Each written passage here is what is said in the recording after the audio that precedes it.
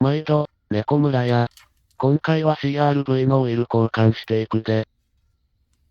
なんか白いな。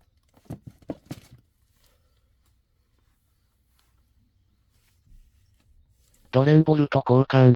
イージーバルブ。コックをひねるだけでオイル排出。工具いらず楽々オイル抜き。次のオイル交換から生きてくる。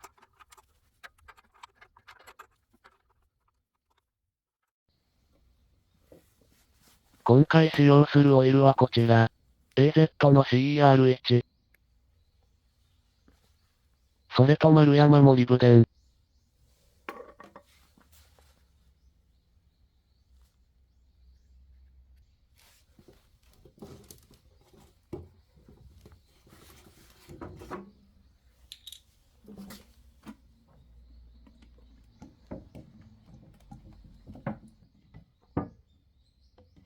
3リッター。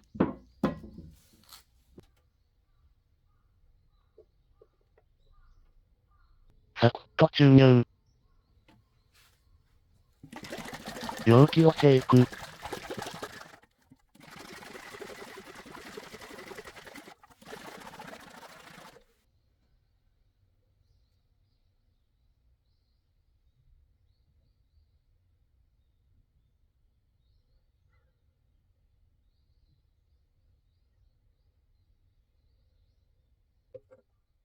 缶の中をオイルでゆすいでく。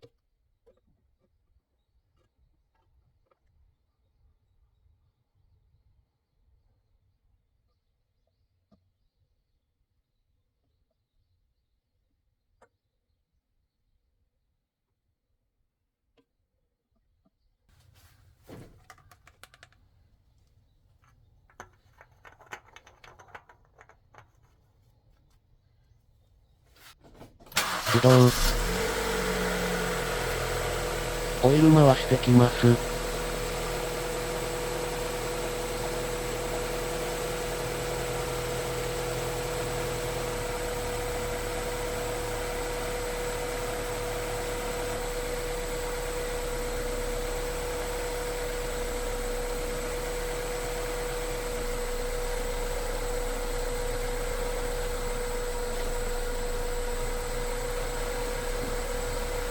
変化はようわからんかった。まあ悪くはならんやろう。